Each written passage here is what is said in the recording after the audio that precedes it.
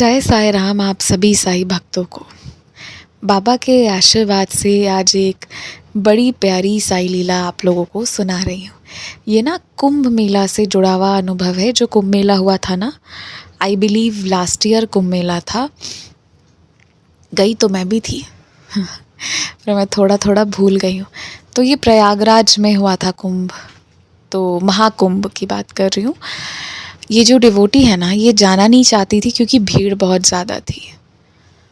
और इनकी बात भी बिल्कुल सही है, बहुत भीड़ है। अगर इंसान बर्दाश्त नहीं कर रहा है किसी चीज़ को, तो ऐसा थोड़ा ही है कि भगवान आशीर्वाद नहीं देंगे अगर आप वहाँ नहीं पहुँचेंगे। तो जो चीज़ कंफर्टेबल हो, जो चीज़ इंसान आराम से कर पाए, थोड़े बहुत ऊपर नीचे हों, वहाँ तक चलता है। जहाँ बहुत भीड़ होती है तो एक तनाव होता है। और टू बी वेरी फ्रैंक, मुझे भी थोड़ा है। जब तक मैं किसी चीज़ से बहुत प्यार नहीं करती हूँ ना, तो मैं उस चीज़ के लिए इतना भीड़ भाड़ मैं भी नहीं कर सकती हूँ। और जब मैं कुंभ में गई थी ना, तो मैंने अपने मम्मी पापा को बोला था कि भाई मैं आप लोगों को देखने के लिए जा रही हूँ, मुझसे एक्सपेक्टेशन मत रखना कि मैं कुंभ में स्नान करूँगी, ठीक है। और मैं बेसिकली, मुझे ना उन लोगों पे भरोसा नहीं था आप लोग हंसेंगे इस बात पर मुझे भरोसा नहीं था। क्या पता भक्ति करते करते, ज़्यादा कुछ भी करते करते आगे चले जाएं, कुछ भी हो। तो बिकॉज़ मेरा उन पे इस चीज़ को लेके भरोसा नहीं था कि वो लोग अपना सही से ध्यान रखेंगे, क्योंकि मैंने वृंदावन वगैरह में भी इन लोगों को देखा हुआ है कि भीड़ में भी एकदम मस्त आगे निकले जा रहे हैं, आगे धक्का पीछे धक्का, और मेरे से नहीं हो सकती ये सब चीज़ें। तो मैंने उन लोगों को बोला था कि आई एम गोइंग जस्ट आप लोगों की वजह से। और बहुत अच्छे दर्शन हुए थे। मतलब अब वहाँ जाने के बाद स्नान तो देखिए मुझे भी करना ही था, ये तो मुझे मालूम ही थी, क्योंकि हमारे यहाँ पे ऐसा कहते हैं कि आप किसी पावन नदी जाओ और आप स्नान ना करके आओ तो उसे बहुत ख़राब भी मानते हैं। और हमारे घर वाले ऐसे हैं ना कि अगर आप गंगा जाओ और गंगा मैया में भी स्नान करके ना हो तो वापस दौड़ाते हैं कि वापस जाओ घाट पे और वापस स्नान करके आओ। ये तो अब क्योंकि हम क्वाइट माता की कृपा से फ्रीक्वेंटली गंगा मैया के दर्शन पाने जाते हैं, तो अब ये सब ज़ोर ज़बरदस्ती कोई नहीं करता। वरना पहले तो अगर आप गंगा घाट से वापस आ गए तो वापस भेज दिया जाता था, जाओ नहाओ। तो ये सब अपना घर का ठीक है, कुछ होता होगा मुझे नहीं पता। मेरी भक्ति अलग है। मुझे लगता है कि हर वो इंसान जो गंगा मैया को पॉल्यूट कर रहा है ना, वो माँ पे थोड़ी थोड़ी सी चाकू मार रहा है। मुझे ऐसा फील होता है और मुझे दर्द होता है। मतलब मैं हमेशा सोचती हूँ कि मैं कैसे गंगा मैया की सफाई करूँ। हालांकि ये मेरे बस की बात बिल्कुल नहीं है, मैं ये भी जानती हूँ।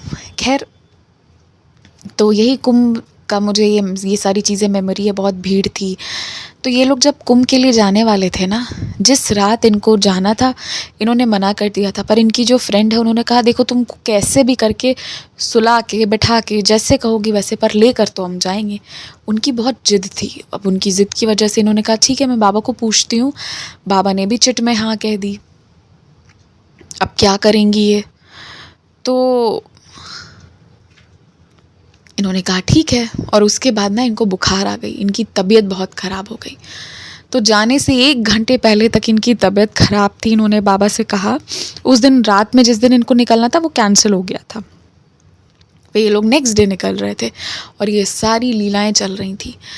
तो उन्होंने बताया कि इन्होंने बाबा से कहा और 1 घंटे पहले इन्होंने दवा ली और बोला कि अगर जाना है, हाँ बोला है तो ठीक करो, क्योंकि फिर मेरी वजह से सभी लोग परेशान होंगे। कुछ भी हो, रास्ते में बुखार हो, वॉमिटिंग हो, कुछ भी हो, तो सब परेशान होंगे। और फिर बाबा सच में पूरी तरह इनको स्वस्थ कर दिए। तो ये स्वस्थ होके गई। इनका अयोध्या, प्रयागराज और फिर वाराणसी का था कि हम इतने दर्शन करेंगे। अब आपको एक बात और मैं बताती हूँ। बाबा इनका डिले करा दिए, ये 1 दिन के बाद गई। और उसी वक्त कुंभ में भगदड़ हुआ था जिसमें बहुत लोगों के जान जाने की खबर आई थी 1 दिन वाली। आप लोग को याद होगा, बहुत ख़राब तरीके से, डिवास्टेटिंग वे में 1 दिन की आई थी, है ना। किसी का कहना था कि गवर्नमेंट को फंसाने के लिए ये चीज़ किया गया है। किसी का कहना था कि मतलब लोग हड़बड़ा गए उस वक्त। अब भाई वहाँ पे जो फैमिलीज़ थी, जिन लोगों ने देखा वही जानते होंगे, पर घटना हुई है, जाने गई हैं बहुत सारी। ये बात तो सच है, इससे तो डिनाई नहीं किया जा सकता। तो ये वाली जब घटना हुई भगदड़ वाली, तो ये अयोध्या जी के दर्शन इन लोगों ने किए, मतलब बाबा इनको रोक दिए एक दिन के लिए, बच गई ये। इसके बाद थोड़ा टेंशन वाला माहौल भी था, लंबी लंबी लाइन, दूर दूर से जाम लगे हुए थे। यमुना हाईवे जो है उधर भी बहुत जाम था, इधर जो हम पटना से भी जा रहे थे इधर भी बहुत ट्रैफिक रह रहा था। मैं अपना लास्ट में बताती हूँ, पहले इनका बताती हूँ। तो ये फिर वहाँ गई, ये इनके वहाँ पे कुंभ में बहुत अच्छे से स्नान वगैरह हुए। फिर इन्होंने बाबा से कहा कि जब श्यामा प्रयागराज आए थे उनके तो आपने बड़े अच्छे दर्शन कराए, मैं आई हूँ तो मेरा तो आप कुछ ऐसे नहीं कर रहे हो, मैं ऐसे ही चली जाऊँ यहाँ से। तो फिर उसके बाद क्या हुआ कि ये लोग तो अपना स्नान वगैरह करके चले गए अपनी धर्मशाला में। फिर इनकी फ्रेंड ने कहा चलो हम एक बार पूरा प्रयागराज घूमते हैं, और इनको जाने कहाँ से एक रिक्शा मिला जिस पर ये बैठे और ये पूरा प्रयागराज घूमे हैं, ठीक है। और सोचिए महाकुंभ के वक्त ये प्रयागराज घूमे हैं, जबकि जो लोग जाके आए होंगे उनको पता होगा कि हर कोई कुंभ स्नान करके ये सोच रहा था कि शहर से जल्दी निकलो, हालत ख़राब हो चुकी थी, हालत जिसे कहते हैं ना एकदम ख़राब। वहाँ घूम पाने की कोई जगह ही नहीं थी, जब देखो हर दूसरे घंटे कब बैरिकेडिंग लग जाए इसका कोई ठिकाना नहीं।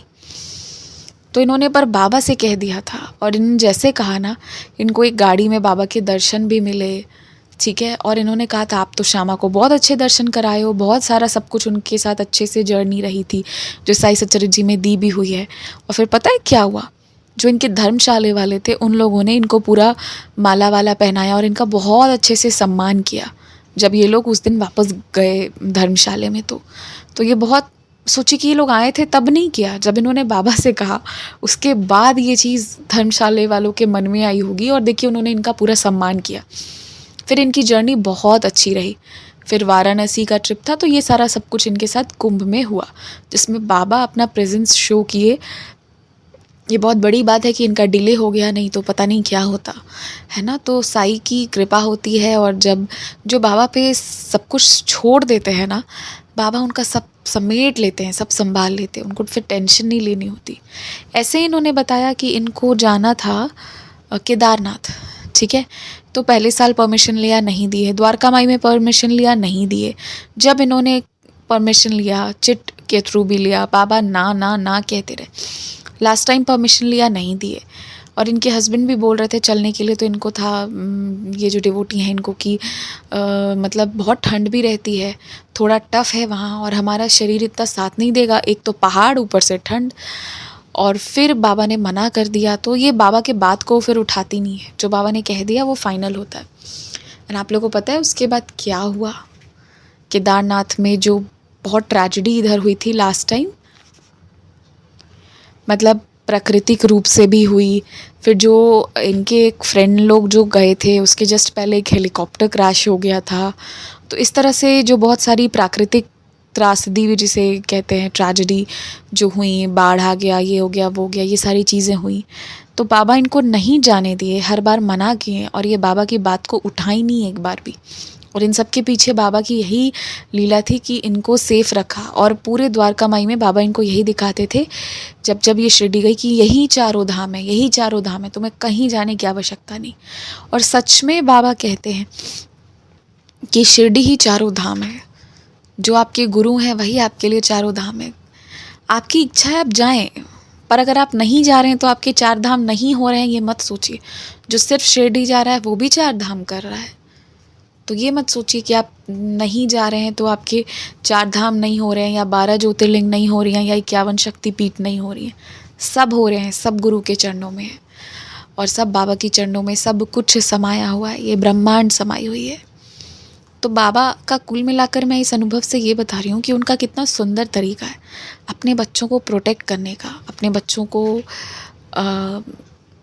हमेशा ये बताने का कि देखो बेटा मैं तुम्हारे साथ हूँ। And you know Baba time time पे बताते भी हैं कि मैं तुम्हारे साथ हूँ।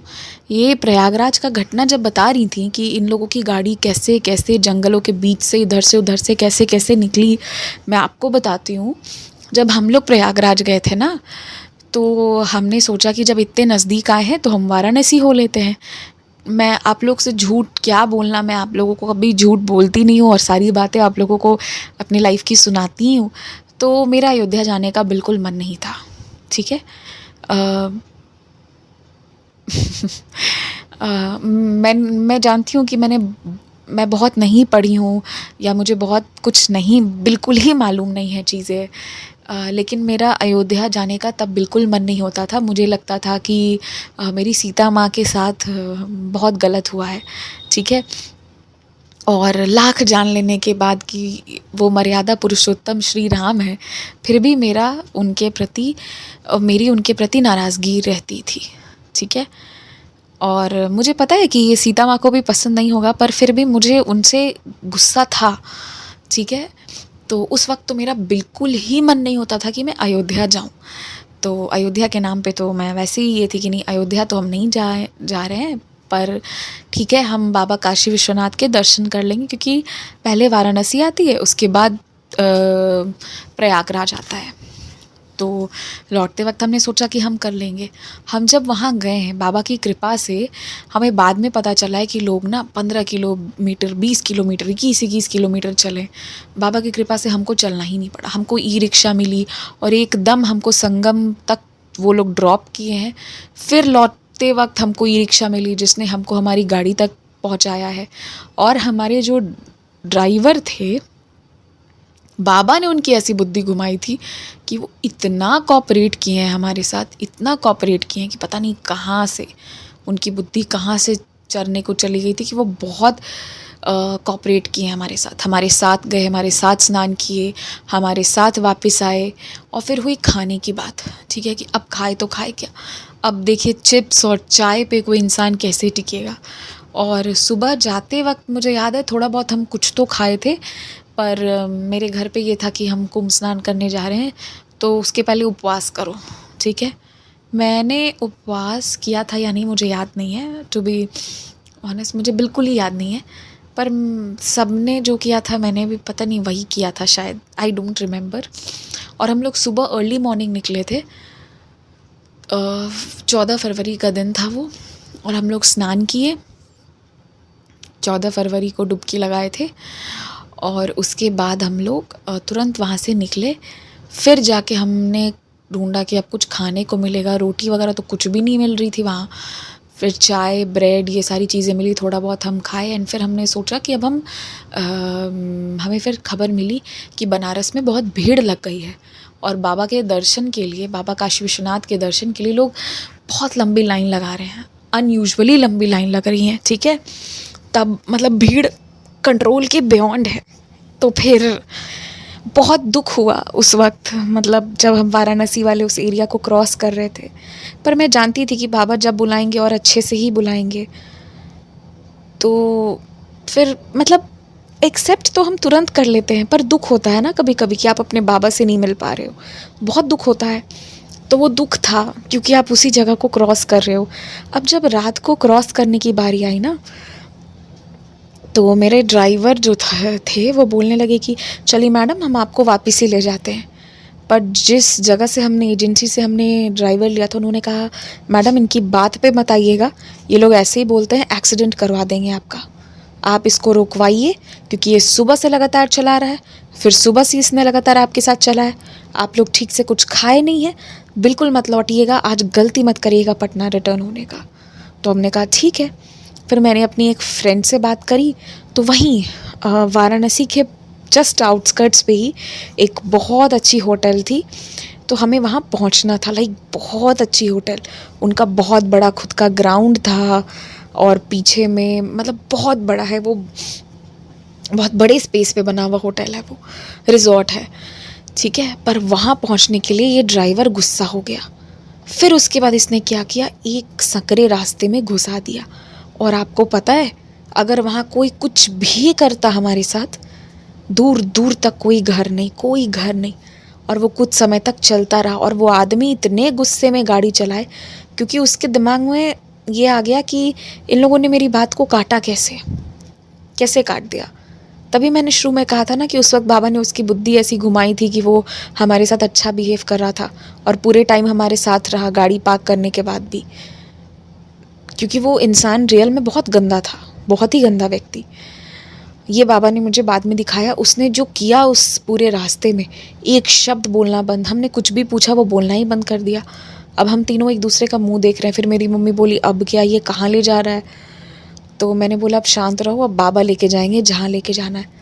ऑलमोस्ट 1 घंटा तक वो वहाँ चलाता रहा। फिर जाके वो अंदर से, फिर बाबा को जब मैंने विनती करनी शुरू की, उसका दिमाग घूमा होगा उस व्यक्ति का, फिर वो जाके अंदर का रास्ता लिया एंड फिर वापस रिटर्न हुआ है और फिर हम सही जगह पे गए, वरना उसके दिमाग में कुछ गड़बड़ आ गया था। लेकिन फिर बाबा ने ना ऐसी लीला रची कि वहाँ जाने के बाद सबने उसको भी इतने अच्छे से खाना खिलाया। जनरली आप रिज़ॉर्ट वगैरह जाएंगे तो आपको नान रोटियां जो भी मिलेंगी वो सब मैदे की होती है, बट एकदम प्रॉपर आटा वाला, और सारा सब कुछ कुंभ के हिसाब से बिना लहसुन प्याज का मिल रहा था। ये सब भी बहुत शॉकिंग चीज़ थी। तो फिर वो ना एकदम खुश हो गया वो इंसान, टू मच हैप्पी।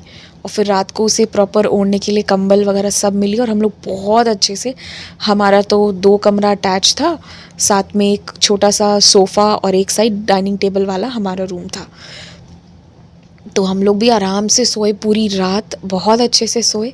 फिर अगले दिन नेक्स्ट डे मॉर्निंग में सबकी नींद खुली, 7-8 बजे फिर हम लोग वहाँ से निकले।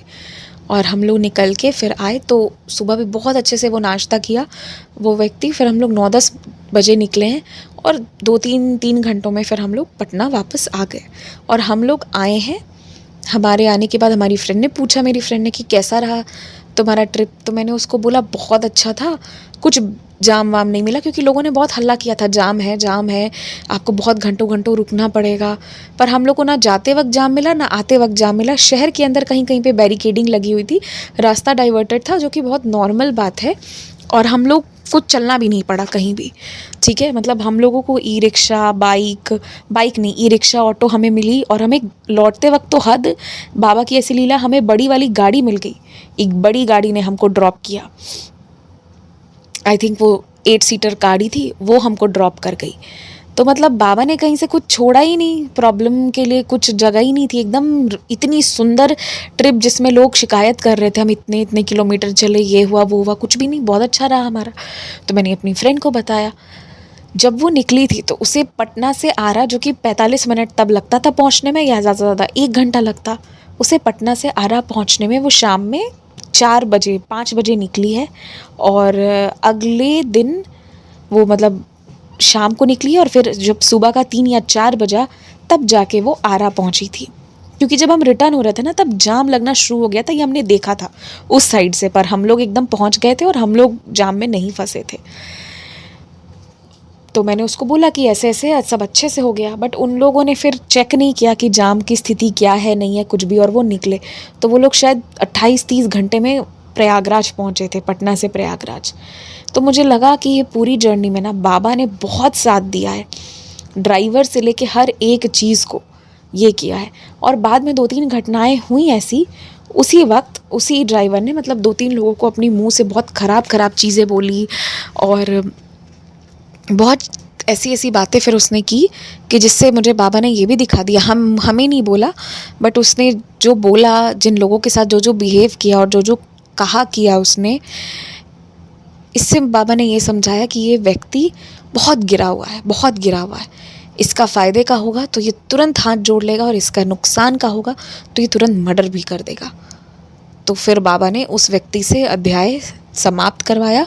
ऐसी बुद्धि उसकी घुमाई थी कि पूरे रास्ते वो हमारे साथ तरीके से पेश आया, हमारा सब कुछ कर दिया। और बाबा ने उसकी असलियत भी दिखा दी कि बेटा तुम्हारे साथ अच्छे से काम आ रहा है ना, इसका मतलब इसको अच्छा मत समझना। क्योंकि बाबा अपने भक्तों के लिए ना लोगों का दिमाग घुमा देते हैं, उन अपने भक्तों का अनिष्ट नहीं होने देते हैं, लेकिन सच्चाई भी दिखा देते हैं कि बेटा इसकी असलियत ये है। इसीलिए जितनी देर तक मैं ताल्लुक़ रखवा रहा हूँ उतनी ही देर तक मतलब रखो, फिर हट जाओ ऐसे लोगों से और हटाओ ऐसे लोगों को। तो यही चीज़ फिर बाबा ने मुझे समझाई। तो Kumbh will always be a special मतलब मेमोरी रहेगी मेरी लाइफ की। बहुत अच्छा लगा। और तो मुझे अब कुंभ में प्रसाद में वो लोग अयोध्या का प्रसाद दे रहे थे, क्या हो रहा था पता नहीं, कुंभ में प्रसाद का क्या culture, I don't know. But फिर भी 1-2 बॉक्सेस हमने भी ले ही ली थी, मुझे याद है। और तो कुछ ऐसी शॉपिंग या कुछ भी हमने नहीं किया। और मैं प्रयागराज आज तक घूमी नहीं हूँ, ये बात सच है। उस दिन भी हम जल्दी से निकल गए क्योंकि कब जाम लग जाए कोई ठीक नहीं था। तो पता नहीं कब मेरी बारी आएगी कि मैं प्रयागराज जाऊँगी। और हनुमान जी, कल्याणी माँ सबके दर्शन होंगे। सो लेट्स सी कब इतना सौभाग्य मिलता है। बाकी तो अभी के लिए इतना ही, यही है सुंदर सा अनुभव। इसी के साथ जय साईं राम। अगर आप लोग अपना एक्सपीरियंस शेयर करना चाहते हैं, एक्सपीरियंस छोटी हो या बड़ी हो ये मत सोचिए, बस भेज दीजिए अपना अनुभव। अगर आपको लगता है कि बाबा ने कुछ कृपा की है तो उसका प्रसाद हम सबके साथ बांटिए। जय साईं राम।